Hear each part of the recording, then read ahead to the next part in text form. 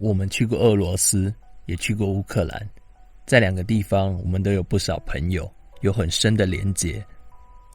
战争爆发后，世界分成了两个阵营，散布着两种资讯，泾渭分明。在网络上谩骂攻击，指责对方被洗脑，成了双方常见的对话方式。有没有其他的沟通方式呢？我们想从双方平民的视角来记录这场冲突。这次我们访问的朋友是俄罗斯有名的 YouTuber Ellie， 她用英文介绍俄罗斯文化给外国人认识，拥有超过22万个粉丝。我们一起来听听看战争如何改变她的生活。Hello, Alina. Thank you for joining us today. Thank you so much for inviting. My name's Ellie and I'm a YouTuber from Russia. I make videos about traveling in Russia and Russian people and culture.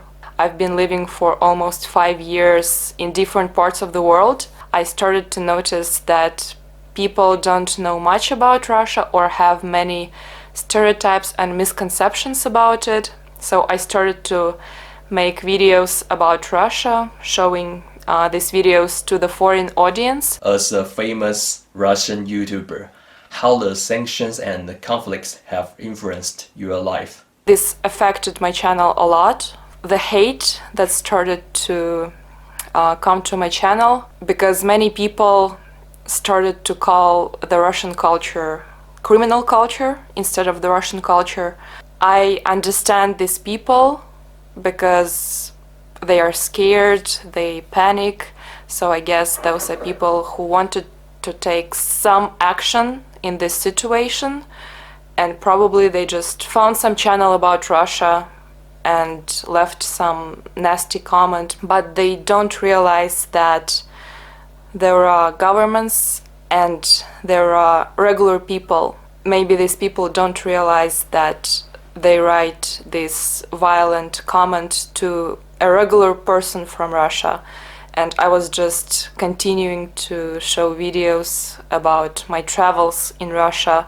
My channel was never even political or anything. And my channel is just about the Russian people and culture, so I believe I should continue that. It was important before, but now I think it's even more important to show that there are regular people who never wanted this. All the social networks that belong to Meta were banned in Russia. I was scared that the same thing would happen to YouTube, but the only thing that YouTube did, they demonetized all the videos for the views that are coming from the territory of Russia. The audience of my channel is international, then I wasn't affected that much. Yes, there were a lot of things that happened during the past weeks. How the sanctions have influenced the life of common Russians?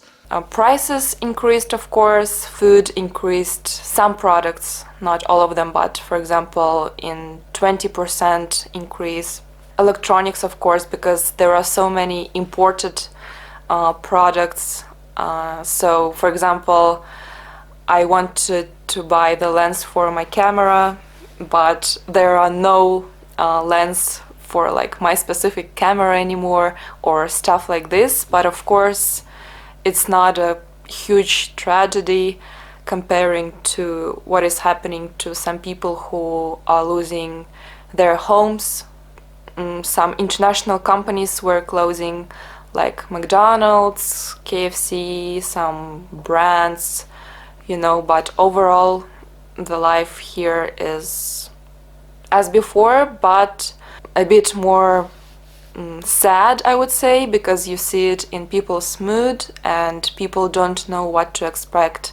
And there is even a saying that all the pessimists have already left or are leaving the country now and only optimists stay.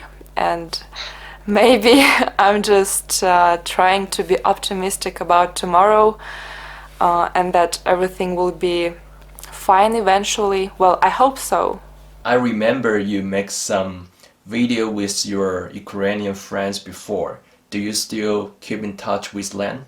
Yes, and that's actually the thing that I'm very happy and grateful about, is that all this situation doesn't tear apart regular people and friends. Here in Russia we have so many friends and relatives in Ukraine, and it might sound weird, but now in Russia we also have more than 150,000, as far as I know, refugees that are coming from Donbass. Ukrainians also have relatives and friends here, and you know, for us this whole situation of Russia and Ukraine is like watching your mom and dad divorcing, because we're all so connected. I also have so many friends, and I still talk to my friends from Ukraine. The thing that I can be grateful for as of today is that all of my friends and their families are fine, and that